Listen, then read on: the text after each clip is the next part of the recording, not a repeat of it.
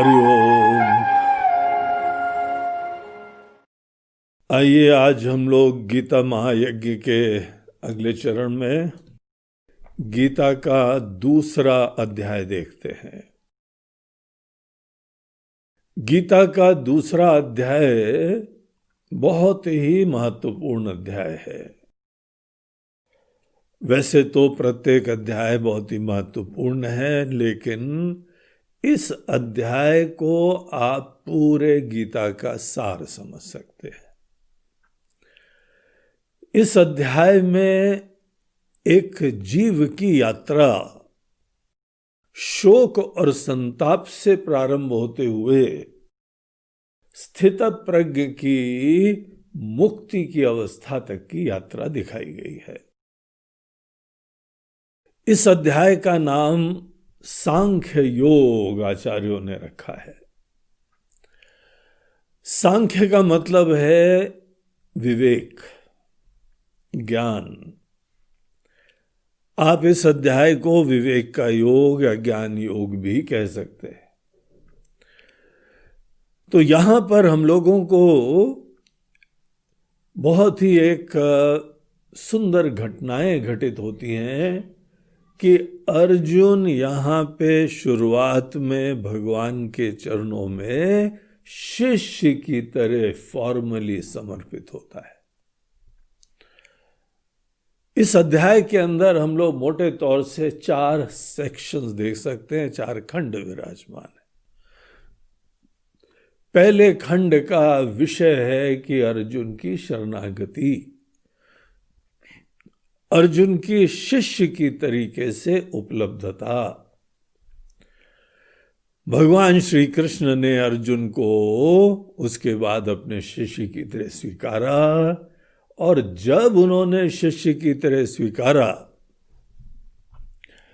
तब उन्होंने गहराई से ज्ञान देना चालू करा। देखिए, आप बहुत सारे सत्संग में ऐसे जाते रहे, सुनते रहते हैं, लेकिन बहुत ही कस्टमाइज्ड पर्सनल उपदेश, गहराई से उपदेश, आपकी समस्या को समझ के उपदेश केवल तब होता है जब आपकी पूर्ण उपलब्धता और जिज्ञासा होती है। पूर्ण शरणागति होनी चाहिए। ये नहीं महाराज जी हमको भी श्रद्धालु हैं, हम भी आ गए, कुछ सत्संग सुनाओ। इस तरीके से कुछ लोग अच्छी अच्छी बातें सुना भी देंगे, लेकिन नहीं वो आपके प्रॉब्लम से डायरेक्टली रिलेटेड होएगी। कोई ना कोई प्रेरणा होगी, सुंदर भावना होगी, सुंदर मूल्य होंगे। अर्जुन को जो भगवान ने यहाँ पे सबसे पहले प्रदान करा, उसकी मूल समस्या को ध्यान में रख के फिर उपदेश प्रदान करा। जब कोई व्यक्ति शिष्य की तरह शरणागत होता है, और शरणागति कोई सामान्य घटना नहीं होती है। शरणागति पूर्ण श्रद्धा विश्वास के साथ किसी को ऐसे देखना होता है कि ये सब जानते हैं और हम नहीं जानते हैं, और ये हमको बता सकते हैं। इस विश्वास के साथ अज्ञानी होके शिष्य बना जाता है। आपने दुनिया भर का ज्ञान प्राप्त करा है तो आप शिष्य नहीं बन सकते हैं। गुरु को बहुत टाइम लगता है आपको खाली करने के लिए, ये दिखाने के लिए कि आपका ज्ञान आपके काम नहीं आ रहा है। अगर आपका ज्ञान आपके काम नहीं आ रहा है तो फिर हम उस ज्ञान का क्या अभिमान रखें, क्या दुहाई दें अपने ज्ञान की। मूल बात यह है कि आपको आज भी तलाश की जरूरत है। इसीलिए आज तक का ज्ञान केवल प्रेरणा था, दिशा निर्देशक था, टाइम पास था। क्योंकि जब मूल रूप से बीमारी खत्म नहीं हुई तब भी दवाई ले रहे थे तो टाइम पास ही हो रहा था। शिष्य वो होता है जो पूर्ण रूप से उपलब्ध होता है। इसीलिए शिष्य नीचे बैठता है। नीचे बैठने का मतलब ये नहीं है कि उन आश्रमों में कुर्सी नहीं हुआ करती होगी। नीचे बैठने का मतलब है कि हम नहीं जानते हैं, आप जानते हैं जैसे गंगा ऊपर से नीचे ही बहा करती है, उसी तरीके से ज्ञान भी जो आदमी अभी इच्छुक है, अभी नहीं जानता है, उसी को ज्ञान दिया जाता है। आज तक जो हम जानते हैं, जो आपने बहुत ही दृढ़ निश्चय करा है, उसके बारे में आप प्रश्न भी करिए, पूछिए। और इस तरीके से एक शिष्य भाव की प्राप्ति जीवन में बहुत बड़ी घटना होती है। हर व्यक्ति को जीवन में एक कोई न कोई गुरु की आवश्यकता होती है। हम लोग तो स्कूल से भी जो है जहां जहां जो जो पढ़े हैं, सदैव किसी गुरु के वजह से पढ़े। जब यहां दुनियादारी की चीजें, भाषा, गणित और अनेकानेक विज्ञान, ये सब चीजों में हमको कोई गाइड और गुरु की जरूरत पड़ती है, तो जो अदृष्ट है, जो जीवन का रहस्य है, जो हमारे लिए अज्ञात है, हम हैं, हमारा मन क्या है, हमारे अंदर जीव क्या है, कहां से आता है, इन सब चीजों के बारे में तो गुरु की परम आवश्यकता होती है। और गुरु का मतलब ये नहीं आपको कोई केवल इंफॉर्मेशन दे, ये करते रहो, ये करते रहो, कोई आपको गाइड करता रहे। वो गुरु जो है हमको मुक्त नहीं कर पाते। वो भी गुरु एक समय होते हैं जो हमको बताएं ये करो, ये ना करो। ये बड़ी सौभाग्य की बात है कि आपके जीवन में कोई है कि समस्या के समय आप किसी से पूछ सको क्या करें क्या नहीं करें।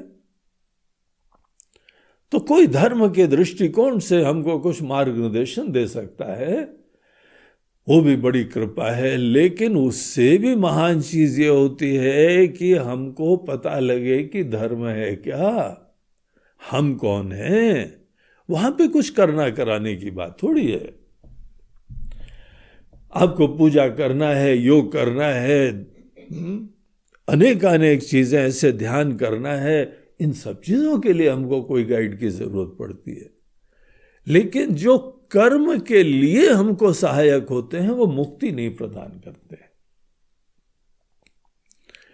मुक्ति तब प्राप्त होती है जब हमको कर्म करने वाले के बारे में पता चलता है। कौन कर्म कर रहा है, क्यों कर्म कर रहा है, क्या क्या चीजें कर्म करने में होती है। जहां कुछ करना नहीं होता है, कुछ जानने की प्रधानता होती है। जब तक कुछ करना है तब तक हमको अपने से बाहर ही फल प्राप्त होता है। तो यहां पे अर्जुन जो है शिष्य भाव की तरह समर्पित हुआ। उसके अंदर अपने कुछ संस्कार थे, अपनी समझ थी, अपनी कंडीशनिंग थी, लेकिन वो बहुत ही खुली स्लेट की तरीके से भगवान को से समझना चाहता है। हम लोगों के जो शोक होते हैं जीवन में, ऐसी पीड़ाएं जहां पे बड़ी घुटन होती, समझ में नहीं आता है, वो बड़ी काम की चीजें होती है। अगर किसी व्यक्ति को ऐसी दुविधा नहीं पड़े तो क्यों जानने के लिए कोशिश करे। और तभी तो दुविधा होती है जब अपने अंदर समझ में नहीं आता है। अगर हमको अपने अंदर समझ में आ रहा होता तो क्यों दुविधा होती। तो हमारे ज्ञान की पोल खुल जाती है। हर शोक हमारे ज्ञान की पोल खोलता है। हर तनाव, हर असमंजस, हर धर्म संकट, ये हमारे जीवन की पोल खोल देता है कि हमको नहीं पता, आज हमारा ज्ञान हमारे काम नहीं आ रहा है। जब जीवन के इस मोड़ पे आके खड़े हुए तो वो समझ में नहीं आता है, तो क्या अभिमान रखे इस ज्ञान का। इसीलिए अपने अज्ञान का एहसास यही ज्ञान के द्वार खोलता है। तो इस अध्याय में हम लोग देखते हैं कि अर्जुन की शरणागति होती है और उसके उपरांत भगवान शिष्य की तरह स्वीकार करके गहराई से बता पाते हैं। किसी को भी हम गहराई से बता सकते हैं। आप भी कहीं पे कोई कैंप वैम्प से आए और आपने कुछ गहराई से ज्ञान प्राप्त करा है, पढ़ा है, और आपके घर में जो है बहू बेटे ने बोला बाबू जी मम्मी जी, दादी जी, जरा हमको ज्ञान बताओ। बोला बैठो बेटा, एक ब्रह्म है। बोलते जरा हमको प्रश्न तो पूछने दो ठीक से। बोला हमको सब प्रश्नों का, तुमको समस्त प्रश्नों का प्रश्न हमको पता है, अभी हम बताते हैं। तो इस तरीके से बगैर कोई अच्छा शरणागति होती है, उसके उपरांत शिष्य के लेवल से ज्ञान दिया जाता है। सबको सब नहीं बताया जा सकता है। आपको छोटा बच्चा आके उसने गलती कर दी आपसे पूछ के, और आपने बोला बेटा सबसे पहला हमने उपनिषद पढ़ा था ईशावास्य उपनिषद, तुमको आज वहीं से चालू कर देते हैं। ये देख रहे हो दुनिया, हर चीज में भगवान है। बोलते हमको प्रॉब्लम है कि यहाँ पे हम बार बार जो है ना फेल हो रहे हैं, हम पास कैसे हो, और आपने पता नहीं कहां से चालू कर दिया। तो हर व्यक्ति को गहराई से बताना भी नहीं चाहिए। क्यों नहीं बताना चाहिए? क्योंकि आपके बताने का फायदा ही नहीं होगा।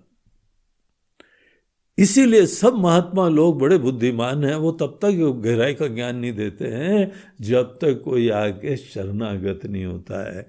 अर्जुन की तरह ये नहीं बोलता है शिष्यस्ते हम शादी माम त्वाम प्रपन्नम। तो भगवान यहाँ पे इसी अध्याय का पहला खंड आप ये समझ लीजिए कि अर्जुन की शरणागति, दूसरा सेक्शन ये समझ लीजिए कि अर्जुन की प्रॉब्लम को बताने के लिए मूल गहराई से प्रारंभ करके आत्म के ज्ञान से ही समस्त जो है वो मोह समाप्त होते हैं। समस्त मोह का आधार, सबसे फंडामेंटल मोह, जहां से बाकी सब मोह चालू होते हैं, वो आत्मा के बारे में अज्ञान होता है। तो अर्जुन के अंदर जो था, अब क्योंकि इसने बहुत ही हमसे गहराई से सीरियसली पूछना चाहा, इसलिए वहां चालू कर सकते हैं। तो उस व्यक्ति को गहराई से बताना पड़ता है। अर्जुन का शोक निराधार है। तुम्हारा शोक किसी भी दृष्टिकोण से देखो अनुचित है। ये बात भगवान करीब 4 दृष्टिकोण से बताते हैं। परमार्थिक दृष्टिकोण से, व्यवहारिक दृष्टिकोण से, लौकिक दृष्टिकोण से, हर दृष्टिकोण से पहले ये प्रूव कर देते हैं कि तुम्हारा जो शोक है वो केवल तुम्हारे अंदर भयंकर अंधकार और नासमझी से उत्पन्न हो रहा है, तुम्हारे ही नहीं, हर व्यक्ति का। हमको सिम्टम्स दिखाई पड़ते हैं, कॉज नहीं दिखाई पड़ता है। यहां भगवान बता रहे हैं जब जब तुमको जीवन में मुसीबत प्राप्त हुई, शोक प्राप्त हुआ, तो तुम्हारे अंदर भयंकर अज्ञान और मोह विराजमान है। इसको रियलाइज करना पड़ता है। हमको अपने वास्तविक तत्व को जानने से पहले अपने अज्ञान को रियलाइज करना पड़ता है। अपने अज्ञान के साथ साथ अपने मोह को रियलाइज करना पड़ता है। ये गलतफहमी है, ये विपरीत ज्ञान है। और विपरीत ज्ञान इसलिए है क्योंकि इस चीज के बारे में ज्ञान ही नहीं है। और जब हमको पता चल जाएगा कि ज्ञान नहीं है, तभी तो जानने के लिए कोशिश होगी, उस चीज के लिए कोशिश होगी, उस दिशा में कोशिश होगी। तो इस तरीके से अर्जुन के अंदर अपने अज्ञान का बहुत स्पष्ट एहसास। अब किसी से बोलो भाई ज्ञान से मुक्ति प्राप्त होती, बोलते हैं महाराज जी ग्रेजुएट, पोस्ट ग्रेजुएट, डॉक्टरेट सब हो गए हैं, उसके बाद भी आप बोल रहे हैं ज्ञान से मुक्ति प्राप्त होती। कौन सा ज्ञान? सब ज्ञान प्राप्त करा हुआ है। तो ज्ञान किस विषय का, अज्ञान किस विषय का, ये बात समझ नहीं होती। तो भगवान ने आत्मा के ज्ञान के बारे में हमको एक सैंपल दिया, ये पता है? नहीं, ये नहीं पता है। तुमसे दुनिया उत्पन्न होती, तुम में स्थित रहती, तुम में चली जाती, ये पता है? अरे जी, ये हमारे कोर्स में नहीं था, ये हमको नहीं पता है।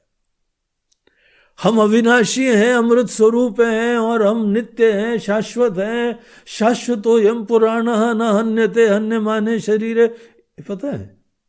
नहीं, ये नहीं ज्ञान है। हमारे बीएससी में जो है ना, वो बॉटनी ज़ूलॉजी थी, उसके बारे में पता है। तो फिर तुमको ये पता होना चाहिए कि तुमको नहीं पता है। देखिए, हमको नहीं पता है ये जानना, हम यहाँ पे जोर दे के बता रहे हैं, ये बहुत आवश्यक और कल्याणकारी होता है। अनेकों लोग अपने ज्ञान के अभिमान में रहते हैं, इसीलिए उनको आगे कोई ज्ञान दे ही नहीं सकता है। जो कप भरा हुआ है, उस कप को भरा नहीं जा सकता है। इसीलिए किस विषय से संबंधित हमारे अंदर अज्ञान है और किस चीज का ज्ञान प्राप्त करना है, इसलिए भगवान ने उसको वहां से चालू करा जो कि अपनी आत्मा ब्रह्म स्वरूप है। तो इसके बारे में एक लक्ष्य निर्धारण करा। जब भगवान आत्मा के ज्ञान की चर्चा इस दूसरे खंड में करते हैं, तो वहां पे एक लक्ष्य का निर्धारण हो जाता है कि ऐसा ज्ञान हमको प्राप्त करना है और इसका हमको ज्ञान नहीं है। उसके बाद एक नेक्स्ट सेक्शन चालू होता है। तीसरा सेक्शन हम इस अध्याय के अंदर देख लें, वो सेक्शन होता है जहां पे भगवान बोलते हैं, यद्यपि अर्जुन तुमको ज्ञान प्राप्त करना है इस प्रकार का अपने बारे में, हम ये हैं, मैं से संबंधित, और इस ज्ञान में मानो हमको अपने यथार्थ में जागृति हो जाती है, हम जग जाते हैं। कोई बाहर का विषय तो है नहीं, अपने बारे में अवेयरनेस हो जाती है कि हम शब्द का मतलब ये है। यद्यपि ये लक्ष्य है, पूरी अध्यात्म के अंदर आध्यात्मिक संस्कृति का आधार ही अंतर जागृति जीवन का परम लक्ष्य है। न कोई कर्म की उपलब्धि, कर्म की उपलब्धि जीवन का मूल लक्ष्य नहीं है। अगर आपको ये मन के अंदर अभी तक भ्रम है, धारणा है, तो हम जीवन की अपनी सर्वोत्कृष्ट ऊंचाइयां नहीं प्राप्त कर पाएंगे।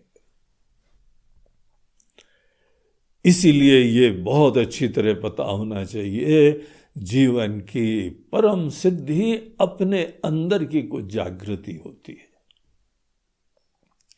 यद्यपि अर्जुन ये लक्ष्य रखना चाहिए, लेकिन फिर उसके उपरांत हमको कर्म के लिए भगवान प्रेरणा देते हैं। और ये जो है एक आगे के अध्यायों के लिए बीज हो जाता है। अर्जुन ने सुना खुले मन से, लेकिन उसके अंदर उसके बारे में संशय था। भगवान कहते हैं कि अर्जुन, यद्यपि अंततः ज्ञान प्राप्त करना है, मात्र अपने अंदर जगना है, लेकिन उसके लिए तुमको पहले कर्म करना चाहिए। तो एक और सेक्शन आता है जहां पे कर्म का अपने ही आध्यात्मिक उत्थान के लिए रोल बताया जाता है। भगवान यहाँ पे दो तरह के लोग बताते हैं। कुछ लोग बाहर के लक्ष्य रख के ही अनेकों कर्म करते रहते हैं, और कुछ लोग इस आत्मा के ज्ञान को लक्ष्य रख के कर्म करा करते हैं। व्यवसायात्मिका बुद्धि एकेह कुरु नंदना, बहुशाखा अनंताश्च बुद्धयः अव्यवसायिना। कर्म के क्षेत्र में कुछ लोग हैं, उनके लंबी चौड़ी लिस्ट होती है, बाहर ये भी करना, वो भी करना, ये भी करना, वो भी करना। अर्जुन, जो एक बार आत्म के ज्ञान का लक्ष्य रखता है उसको कर्म का मूल ऑब्जेक्टिव पता लग जाता है कि हमारे मन रूपी शीशे को साफ करना, ये मूल ऑब्जेक्टिव होता है। तो ये लक्ष्य रखते हुए कुछ कर्म करना, उसको कर्म योग का नाम भगवान देते हैं। तो तुमको पहले कर्म योगी बनना चाहिए अर्जुन। अगर आत्म का ज्ञान प्राप्त करना है तो कर्म का क्षेत्र छोड़ना नहीं है, पहले कर्म के क्षेत्र में कर्म योगी होके जीना है। कर्म योगी को बाहर के लक्ष्यों की इतनी चिंता नहीं होती, यद्यपि बाहर के लक्ष्य आवश्यक होते हैं। काम धंधा कर रहे हो, अच्छा होना चाहिए, रिश्ते नाते सब स्वस्थ हों, खुश रहें, समृद्ध रहें, जहां भी जो भी काम करो वहां पे सफलता प्राप्त करो, ये सब कर्म के लक्ष्य होते हैं। लेकिन हम ये सब करते करते मन के अंदर प्रधानता रखते हैं कि हमारे अंदर कुछ सिद्धि हो रही है, समत्व की प्राप्ति हो रही है। बड़ी बड़ी चुनौतियां लेते हैं और जितनी बड़े लक्ष्य होंगे, जितनी बड़ी आपकी चुनौती होगी, उतने मन के अंदर जो है वो उथल पुथल की संभावना होगी। लो बड़े बड़े लक्ष्य, लेकिन बड़े बड़े लक्ष्य लेने के उपरांत भी मन के अंदर समत्व बना रहे, ये हमारी असली सिद्धि हो रही है। तो कर्म के क्षेत्र में हमको बताते हैं कि वास्तविक अचीवमेंट क्या होता है। बाकी सब चीजें आती चली जाएंगी। तुम नहा लो इस गंगा में, इस परिवर्तन की गंगा में स्नान करके तुम निर्मल हो जाओ, चिंतन से के सामर्थ्य से युक्त हो जाओ, समत्व के सामर्थ्य युक्त हो जाओ, बुद्धिमान बन जाओ, ईश्वर के भक्त बन जाओ। तो इस तरीके से ये हमको यहाँ पे तीसरे खंड में कर्म का रोल, बहुत महत्वपूर्ण रोल होता है। वंस फॉर ऑल रिजॉल्व कर लेना चाहिए।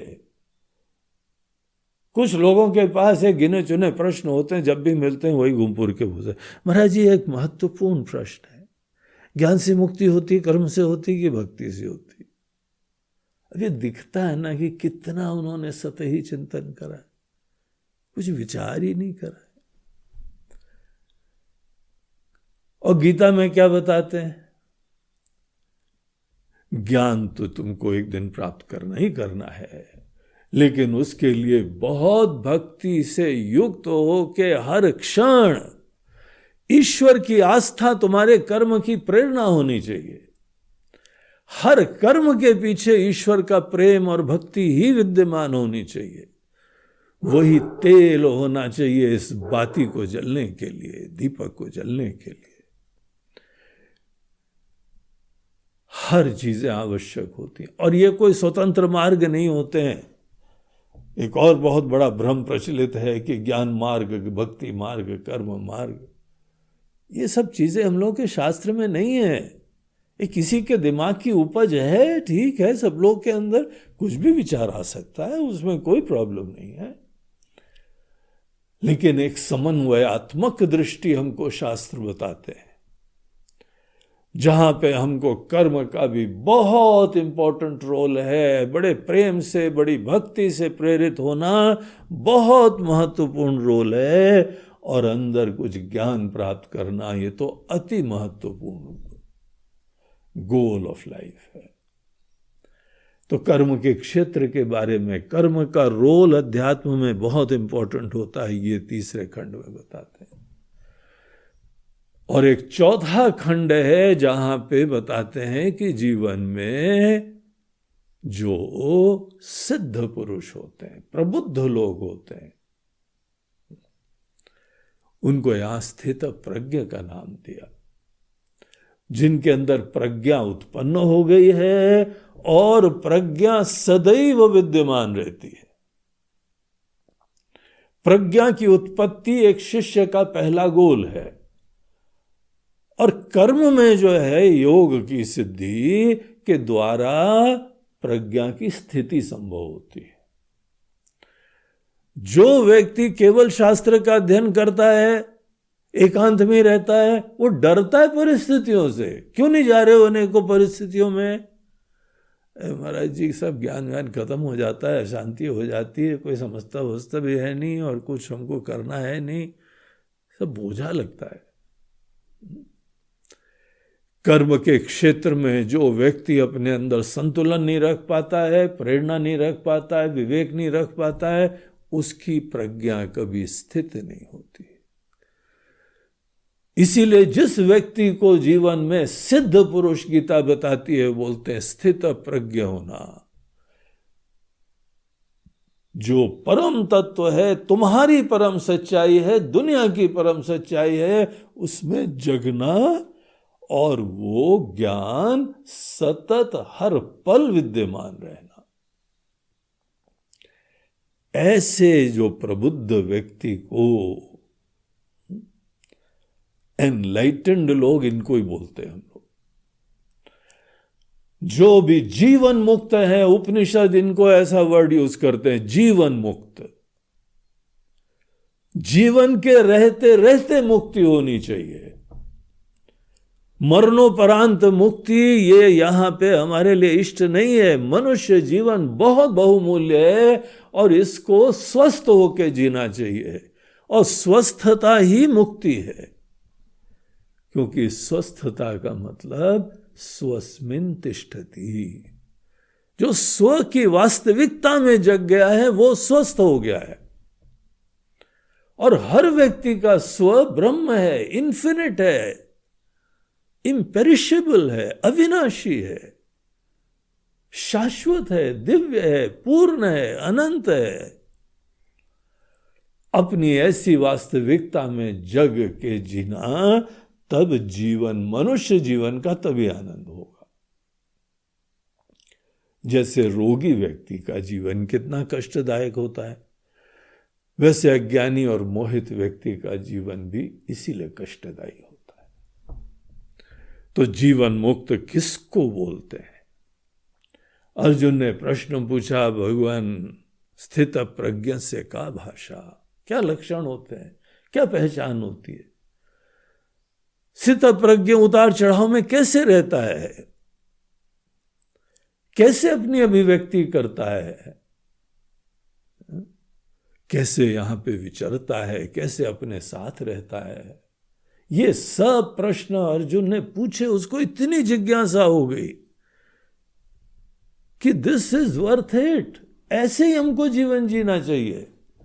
इस लक्ष्य के अलावा बाकी सब लक्ष्य बेकार है, क्योंकि छोटे होके, दीन होके, असुरक्षित होके वो जीना है। पहले अपने आप को छोटा असुरक्षित मान लो, फिर जुगाड़ करो और फिर बोलो कि हमने बहुत कुछ कर लिया। तो बोलते हैं ये ही लक्ष्य है। अर्जुन को ये बात समझ में आ गई, लक्ष्य तो होना है तो यही होना है। तो दूसरे अध्याय का ये चौथा खंड मान लीजिए, 18 श्लोक आते हैं उस खंड के अंदर स्थित प्रज्ञा के प्रसंग में। बहुत ही सुंदर, अनेकों दृष्टिकोण से हमारे लेवल पे आके।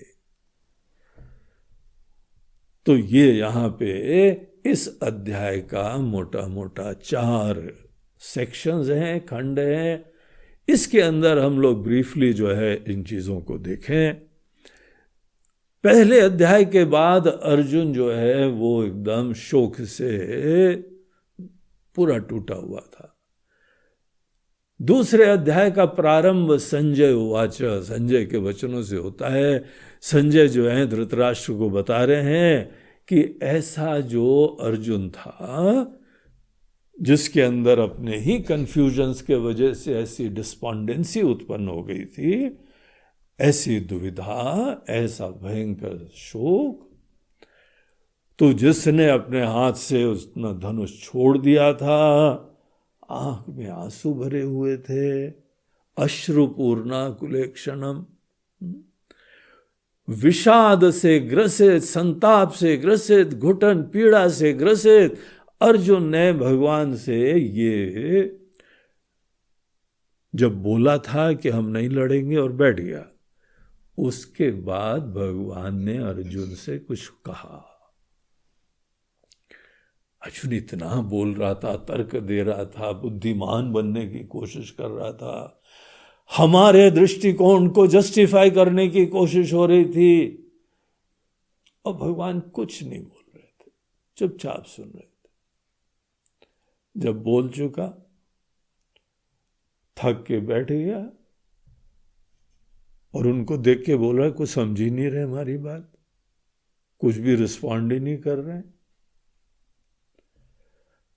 कई बार प्रॉपर श्रोता बनना चाहिए, गुरु को वक्ता बनने से पहले श्रोता बनना आना चाहिए। बहुत ध्यान से सुनो, और तुम सुनोगे ना, उस शोक संतप्त व्यक्ति के अंदर गहराई से तर्क निकलेंगे। थोड़ा सुन लो, वो सिम्टम जानना आवश्यक है, वहीं पे तुमको गठाने मिलेंगी उसकी।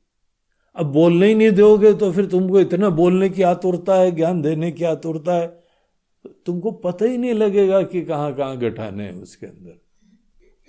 तो चुपचाप सुनो। और जब भगवान ने सुन लिया, उसके बाद उन्होंने अपने वचन कहे। भगवान ने अर्जुन से कहा, अर्जुन, हम इतने समय से तुमको जानते हैं, ये कचरा कहां से आ गया था तुम्हारे अंदर? अब सोच लो, इतनी गंभीर बातें, सोशियोलॉजी, समाज, राजनीति, परलोक, रिश्ते नाते, स्त्री पुरुष का महत्व, कितनी व्यापक सी चर्चा कर रहा था। और भगवान का कमेंट क्या आया? जैसे आप क्लास में आपने बहुत बढ़िया लिखा और टीचर ने आपको लिखा कचरा। अरे, हमने इतना गंभीर चिंतन करके लिखा था वो लेख, पहली बार ओरिजिनल। बाकी सब जगह तो हम देखा देखी का लिख के आते थे, ये अपने दिल की बातें लिखी थी, ओरिजिनल बातें लिखी थी। और टीचर ने रिमार्क्स दिए कचरा। उसके बाद ही हमारा नाम पड़ गया कचरूमल। ऐसे ही भगवान श्री कृष्ण पूछते हैं, अर्जुन कुतस्त्वा कश्मलमिदम्, ये ऐसी विषम क्रिटिकल सिचुएशन में तुम्हारे अंदर ये कचरा भरा हुआ था, हमको आज तक नहीं पता था, कहां से आया है? ये तुम्हारा ओरिजिनल विचार है कि कहीं सुन सुना के आए हो? आया कहां से? हमको लगता ही नहीं है तुम्हारा विचार है ये। आज तक तुमको साक्षात ब्रह्म ज्ञानी है, ब्रह्म है भगवान जो है, जो साक्षात ब्रह्म स्वरूप ब्रह्म ज्ञान से युक्त ऐसे भगवान भी देख रहे हैं, बोलते हैं आज तक हमको दिखाई नहीं पड़ा था। क्या माया है, देखो कहां से आ जाता है मुसीबत। और शिष्य में होता है, अनेकों बाहर के लोगों में होता है, रिश्ते नातों में होता है। कई बार घर में ये तुम्हारे अंदर प्रॉब्लम कहां से आ गया, ये विचार कहां से आ गया? कुतस्त्वा कश्मलमिदम् विषमे समुपस्थितम, इस विषम परिस्थिति में यह कचरा आ गया। अर्जुन, हर दृष्टिकोण से तुम्हारे ये संदेह, तुम्हारे ये तर्क, तुम्हारे ये विचार अनुचित है, गलत है।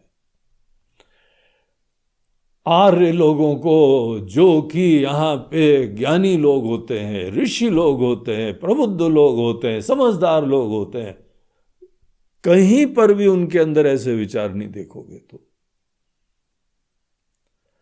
अनार्य जुष्टम अस्वर्गम, अगर स्वर्ग की प्राप्ति जीवन में लक्ष्य समझते हो, इस प्रकार के मन से, संताप से, मोह से, पीड़ा से स्वर्ग तुमको कभी नहीं प्राप्त हो सकता है।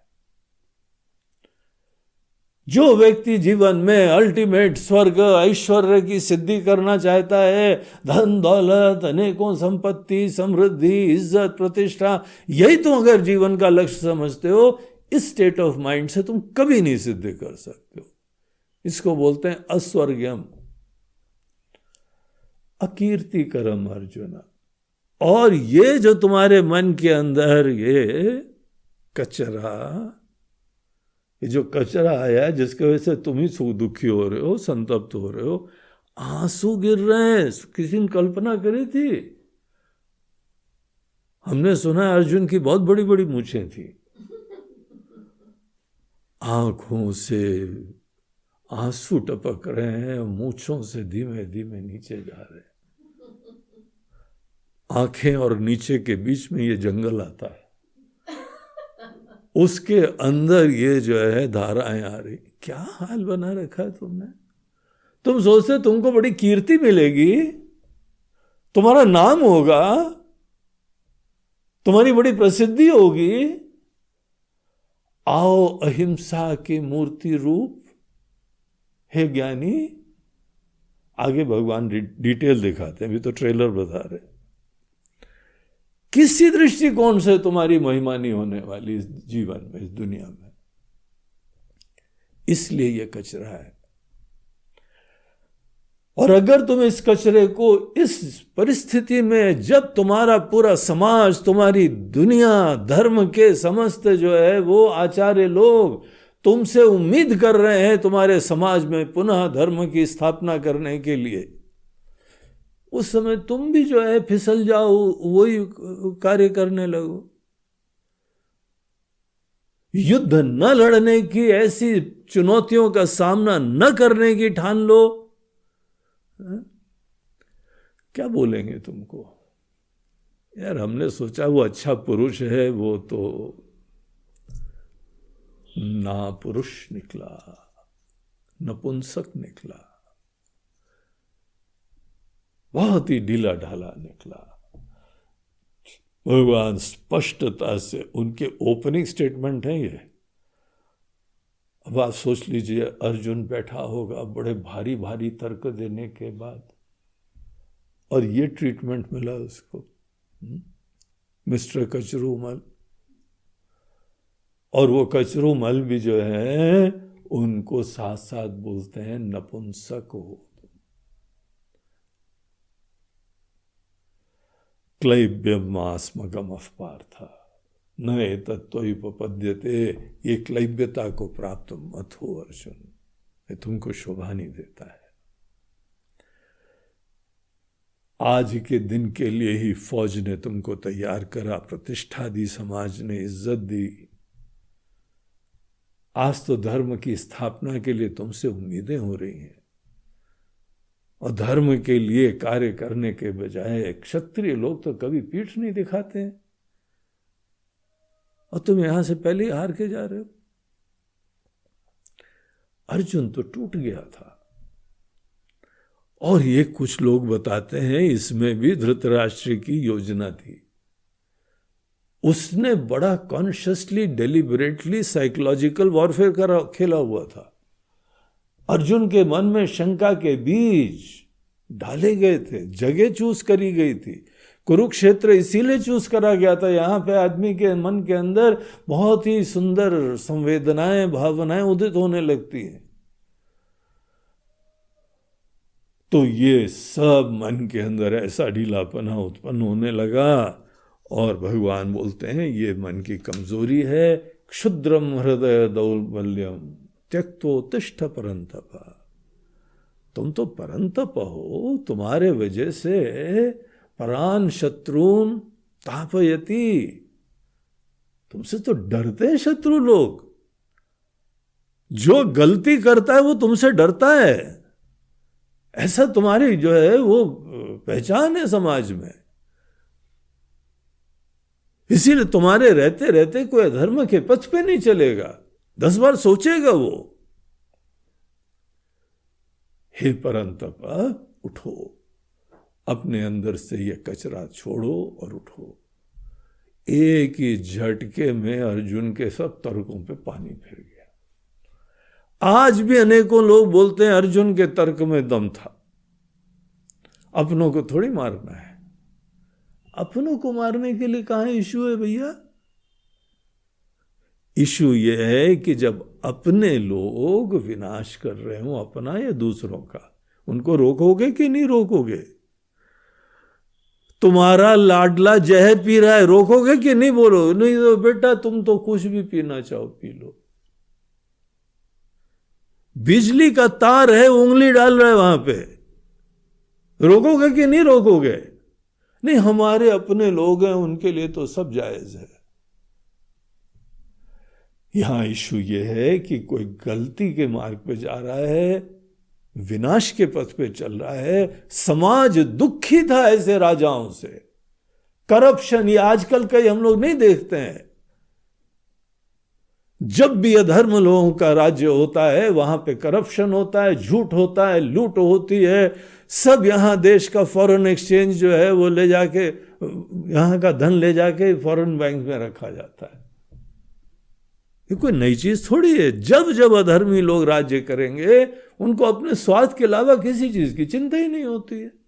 उस समय कुछ बोलना चाहिए कि नहीं बोलना चाहिए। तो यहां बेसिक इशू अपने पराये का नहीं है, बेसिक इशू धर्म धर्म का है। और जब धर्म धर्म का है तो कोई भी हो, हमारे अपने क्यों ना हो, अगर गलती करी है तो उनको समझाना भी चाहिए। समझ नहीं आए तो उनके ऊपर गुस्सा भी करना चाहिए। गुस्सा नहीं हो तो एक आध हाथ भी उठा देना चाहिए। हाथ भी उठाने से काम नहीं पड़े तो फिर कुछ और भी तुमको अच्छी तरीके से प्रताड़ित करना चाहिए। कॉम्प्रोमाइज नहीं चलेगा। गलती के पथ पे जा रहे हो तो तुमको अच्छी तरह समझना पड़ेगा, सुधरना पड़ेगा। तो ये तो हर बड़े बुजुर्ग लोग करेंगे ही, तुम्हारे हितैषी लोग करेंगे, जो सबका कल्याण चाहते हैं वो चाहेंगे। कोई तुम्हारा अपना है तो इसका मतलब ये थोड़ी कि स्वच्छंद रहे। बुद्धिमान होना चाहिए, विवेकी होना चाहिए।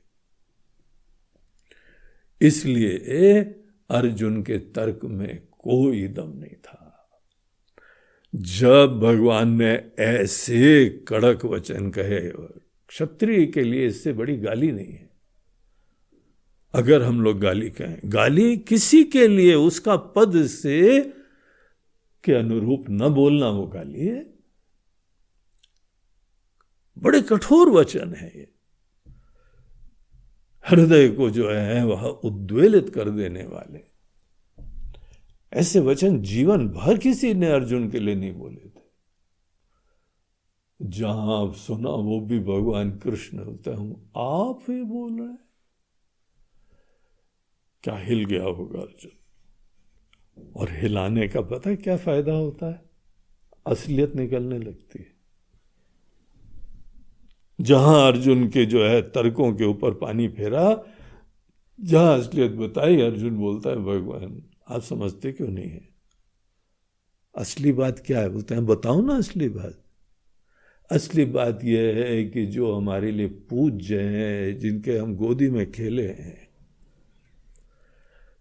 जिनकी सदैव वंदना करते हैं, आज उनसे लड़ाई का मौका है। ये हमारी दुविधा समझो आप। हम कैसे लड़ सकते हैं? ये मूल तो मूल बात करते हैं ना। कहां पे कुल धर्म में स्त्रियां जो है पतित हो जाएंगी, विधवा हो जाएंगी, ये कहां फोकट के तर्क बता रहे हो? और हमारे पूर्वज लोग जो हैं वह अपने परलोक से भी पतित हो जाएंगे क्योंकि कोई श्राद्ध ही नहीं देगा।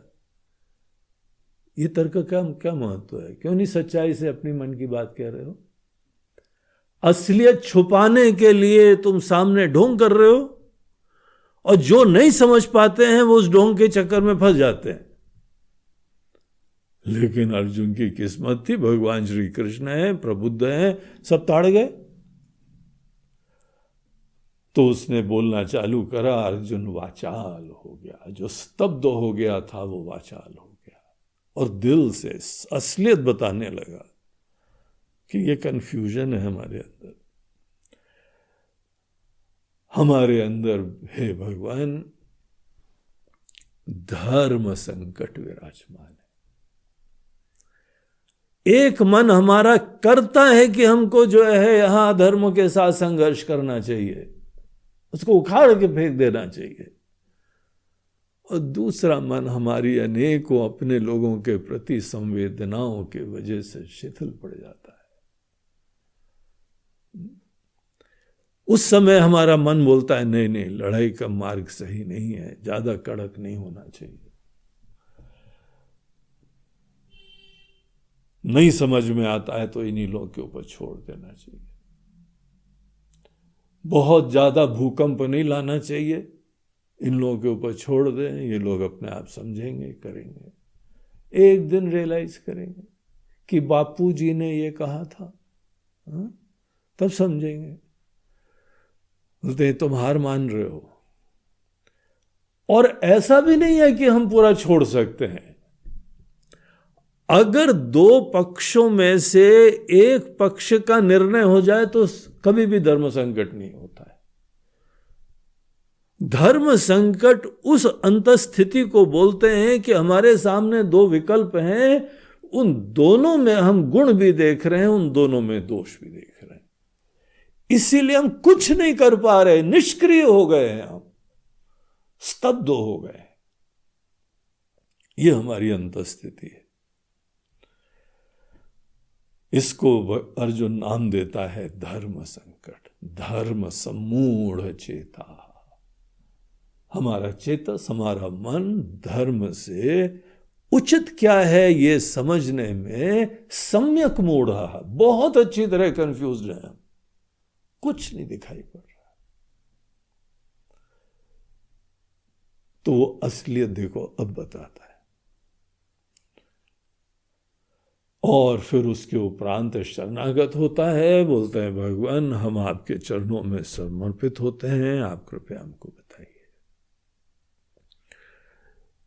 उसके बाद 11वें श्लोक से भगवान का उपदेश चालू होता है।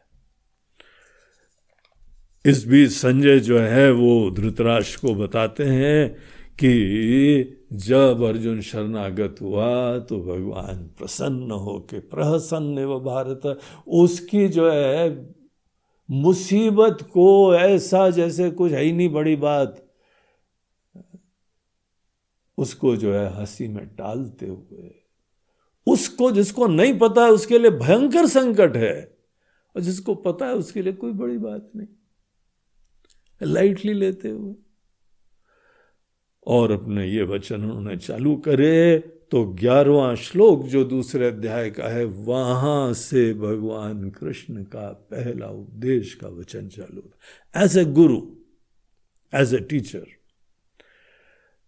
वहां से उनके ये वचन चालू होते हैं। वो पहला ओपनिंग वाक्य बोलते हैं, अर्जुन अशोच्यानन व शोचस्त्वम। इस सिचुएशन में कोई शोक की गुंजाइश नहीं है। इनफैक्ट कोई भी सिचुएशन में कभी शोक की गुंजाइश नहीं होती। और दुनिया में अगर अनेकों जगह पीड़ा, संताप और शोक हो रहा है, होता है, बहुत होता है, दुनिया भर की समस्याएं सब शोक से उत्पन्न होती हैं, लेकिन शोक अज्ञान जनित होता है, नासमझी की वजह से होता है। इसीलिए ठीक ज्ञान दुनिया के अंदर वास्तविक क्रांति उत्पन्न करने का साधन होती है। अशोच्यानन व शोचस्त्वम, और ज्ञानी की तरह बात कर रहे हो, यही दिखाता है कि जो तुम्हारा निश्चय है वो उचित नहीं है। अनुचित निर्णय के वजह से ही शोक हुआ करता है। जो ज्ञानी होते हैं वास्तविक रूप से, कोई सिचुएशन लाइफ में आए, जो अशोक बने रहे, शोक से रहित बने रहे, ये बाहरी दृष्टिकोण से ज्ञानी का सबसे बढ़िया लक्षण होता है। कैसी भी चुनौतियां ज्ञानियों को दो, वास्तविक ज्ञान उसी के अंदर है जो कभी शोक को प्राप्त नहीं हो। बाहर की दुनिया हमको संतप्त ना कर पाए, शोकाकुल ना कर पाए, तुमको डरा ना पाए, तुमको असुरक्षित ना कर पाए, ये ही तुम्हारे अंदर ज्ञान का लक्षण होता है। तो कौन ज्ञानी होते हैं, यहां से उन्होंने चालू करा। गतासो न गतासोंश्च नानुशोचन्ति पंडिता।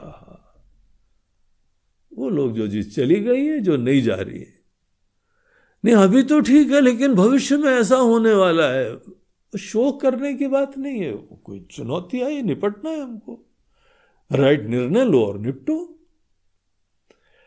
निर्णय सही नहीं आ रहे और सोचो, और दुनिया भर की चीजें का डाटा कलेक्ट करो। तो शोक की क्या गुंजाइश है? शोक हमारी एनर्जी का वेस्टेज है। तो इस तरीके से ये ऐसे वचनों से चालू करा, और यहां अर्जुन को बताते हैं, अर्जुन देखो जब जब शोक होता है ना, हमारे अंदर मोह ना समझिए। और कब हमारे अंदर ना समझी होती है? जब प्रामाणिक ज्ञान नहीं होता है, बाहर की चीज का प्रामाणिक ज्ञान नहीं होता है, उसके पीछे मैं की प्रामाणिक ज्ञान नहीं होता है। हम और तुम क्या हैं मूल रूप से उसका ज्ञान नहीं होता है। इसीलिए देखिए, जब हम एक छोटे से जीव हैं, हमको डिपेंड हो नहीं पड़ेगा, हमको तो ये रिश्ते भी चाहिए, नाते भी चाहिए, खाना भी चाहिए, पीना भी चाहिए, हमको जो है सुरक्षा भी चाहिए, तभी तो बाहर का जुगाड़ करते हैं ना। लेकिन ये प्रेमाइस, ये निश्चय कि हम जो हैं छोटे हैं, यही गलत है। यही वैदिक दर्शन है कि हर व्यक्ति अपने आप में पूर्ण है, सुरक्षित है, कृतार्थ हो सकता है, संतुष्ट हो सकता है। और ये ज्ञान देना चाहिए। ज्ञान मतलब ये नहीं है किसी को केवल नौकरी धंधे के लिए ज्ञान दे दो, बस बिजनेस के लिए डॉक्टर बन जाओ, इंजीनियर बन जाओ, एमबीए कर लो, वकील बन जाओ तो तुम्हारी रोजी रोटी चल जाए, बस ज्ञान हो गया। बोलते हैं ये ज्ञान की अवधारणा ही तो विनाशकारी है। वो ज्ञान होता है कि जीवन में हमको पता लगे हम क्या हैं, दुनिया क्या है, उचित क्या है, अनुचित क्या है, दुनिया का जो है सृष्टा कौन है, ईश्वर कौन है, बनाया किसने, कब तक ये बना रहता है, कैसे बनता है। ये जीवन के आधारभूत बिंदु हैं ज्ञान के। हम सब लोग जानते हैं हमारी शिक्षा की व्यवस्था में ये नदारत है, कुछ कहीं नामो निशान नहीं है। गीता इस ज्ञान के लिए बहुत बड़ा रोल प्ले कर सकती है, आज तक प्ले करती आई है। हमारी स्वतंत्रता के संग्राम में महात्मा गांधी जी गीता से प्रेरणा लेते हैं, बाल गंगाधर तिलक गीता से प्रेरणा लेते हैं, राधा कृष्णन हमारे राष्ट्रपति जी थे, उन्होंने गीता पे कमेंट्री लिखी हुई है। ये सब लोग लेते आए हैं, ये जीवन में ज्ञान को जीते आए हैं। लेकिन उसके बाद एक समय आया जो हमारी ही जड़ें हमारी खत्म हो गई। संविधान में, शुरुआत में, ओरिजिनल संविधान में राम राज्य के परिवार की फोटो थी सबसे ऊपर, और धर्मनिरपेक्ष उसमें शब्द ही नहीं था ओरिजिनल संविधान में। ये बाद के लोगों ने संविधान का संशोधन करा और बोला हम धर्मनिरपेक्ष हैं। जिस धर्म के वजह से इतना बल मिला कि पूरे विश्व में फैले साम्राज्य को उन्होंने यहां से उखाड़ के फेंक दिया, वो जो बल देने वाला धर्म था उसको कुछ लोगों ने उखाड़ के फेंक दिया।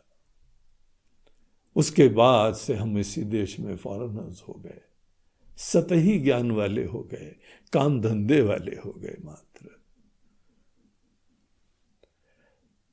तो यहां भगवान अर्जुन को बताते हैं, अर्जुन मूल तत्व का ज्ञान अपना होता है, इसीलिए आत्मा के ज्ञान को लक्ष्य रखना चाहिए।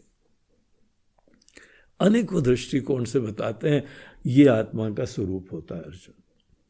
इस दृष्टिकोण से तो शोक की गुंजाइश ही नहीं है, और अगर तुम अपने आप को जन्म मरण वाला समझो तो भी शोक की गुंजाइश नहीं है। सूर्य का उदय होता है, सूर्य का अस्त हो जाता है।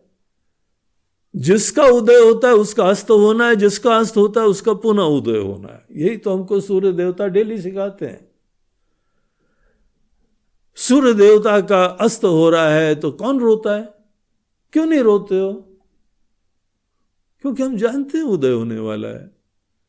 हमको एक समय दिया, एक अंतराल दिया जहां पे हम सब लोग विश्राम कर लें, फिर से सूर्य उदय हो जाता है।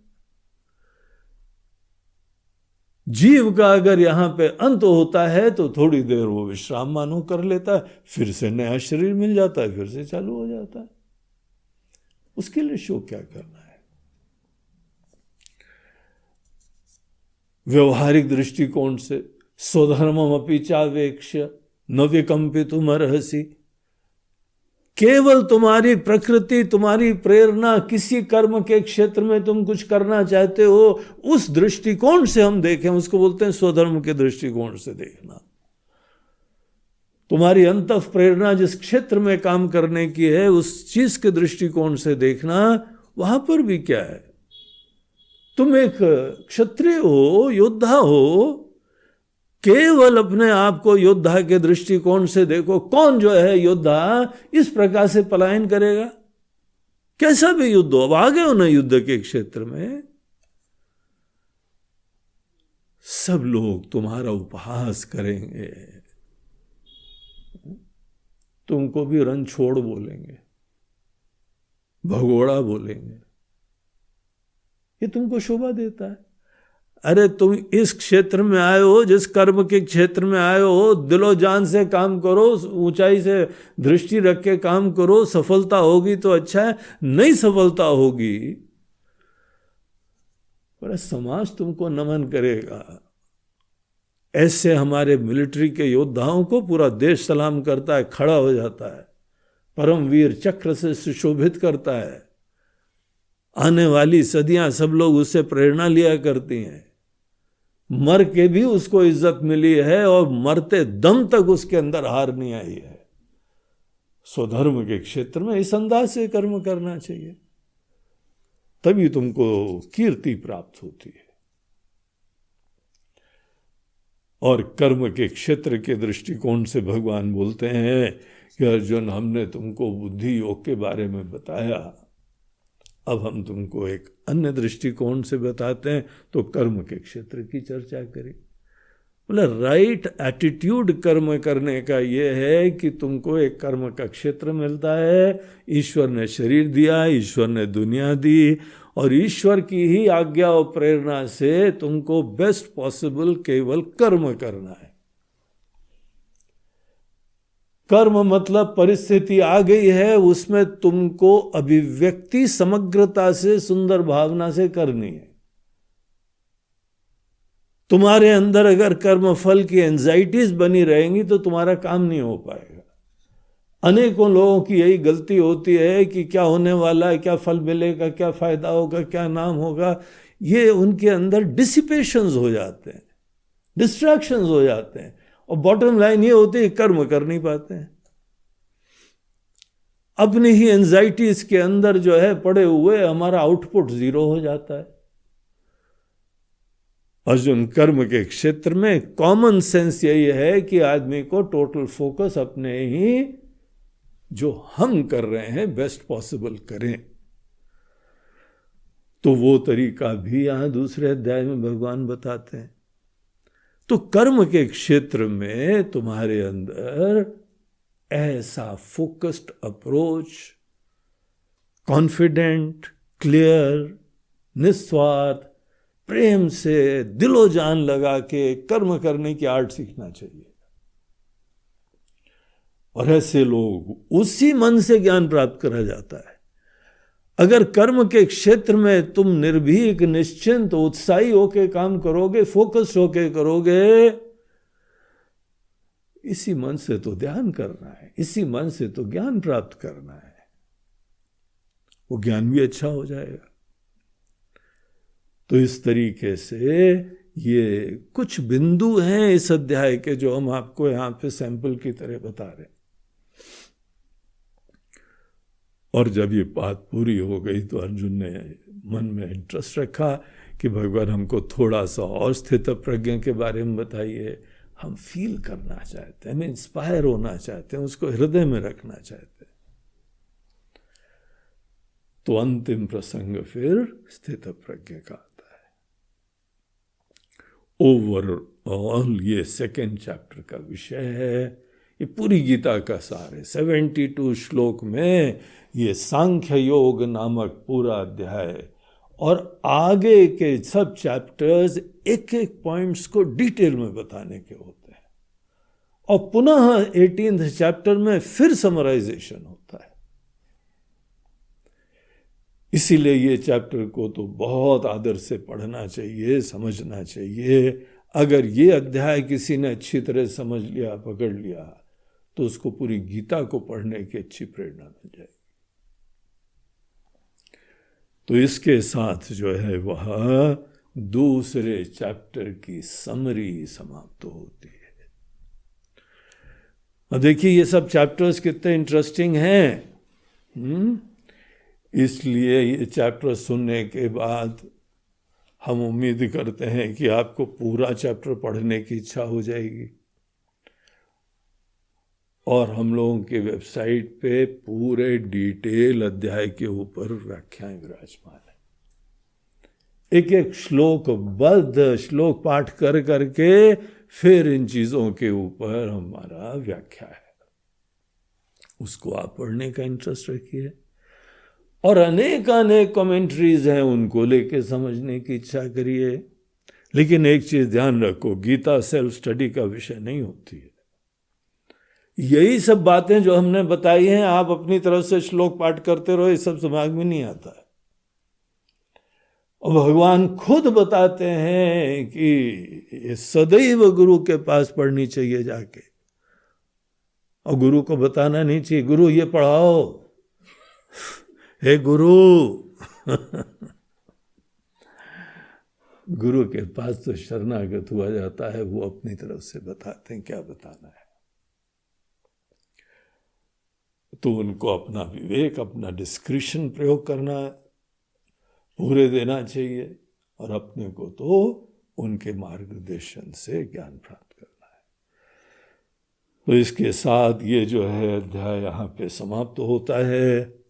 और कल फिर हम लोग जो है वह गीता के तीसरे चैप्टर में प्रवेश करेंगे। आज के हमारे इस प्रवचन के प्रायोजक हमारा एक बड़ा प्रिय शिष्य सिद्धार्थ अरोरा जी है। ये मूल रूप से इंदौर के ही निवासी हैं, लेकिन उसके उपरांत रिसर्च के लिए यूके ऑक्सफोर्ड यूनिवर्सिटी गया। वहाँ पे उसने रिसर्च अपनी कंप्लीट करी, डॉक्टरेट मिल गया उसको वहाँ पे, और साथ ही साथ अब वहाँ पे कुछ टीचिंग का कार्य और रिसर्च का कार्य अभी भी कर रहा है। उसकी बड़ी श्रद्धा है अध्यात्म के प्रति, और बहुत अच्छा गुरु भक्त है। सदैव जो है अपने मन के प्रश्न विचार, इनकी चर्चाएं होती रहती हैं, और बहुत ही सात्विक सुंदर भाव से जीवन जी रहा है। तो उसने आज के कार्यक्रम के लिए अपनी सेवाएं दी हैं, और प्रार्थना करी है कि यह हमारी आहुति विनम्रता स्वीकार करी जाए। तो उनकी विनम्र आहुति, बड़ी श्रद्धा से दी हुई आहुति, उसको जो है वह हमने स्वीकारा, और ये आज का प्रायोजक बना। सिद्धार्थ अरोरा को बहुत बहुत आशीर्वाद, शुभकामनाएं। वो इसी सत्य के पथ पे चलता हुआ शिव जी का बड़ा परम भक्त है, बड़ी श्रद्धा है उसको। अभी कुछ समय पहले उसने एक वीडियो भेजा, वहीं पे कहीं गुफा में बैठे हुए पंचाक्षर मंत्र स्तोत्र पूरा चैंट कर रहा था। तो ऐसा भक्त है वो शिव जी का। तो ऐसे लोग ही ये सत्कार्य करते रहते हैं। उसने आज के लिए सेवाएं दी है। हरि बोल।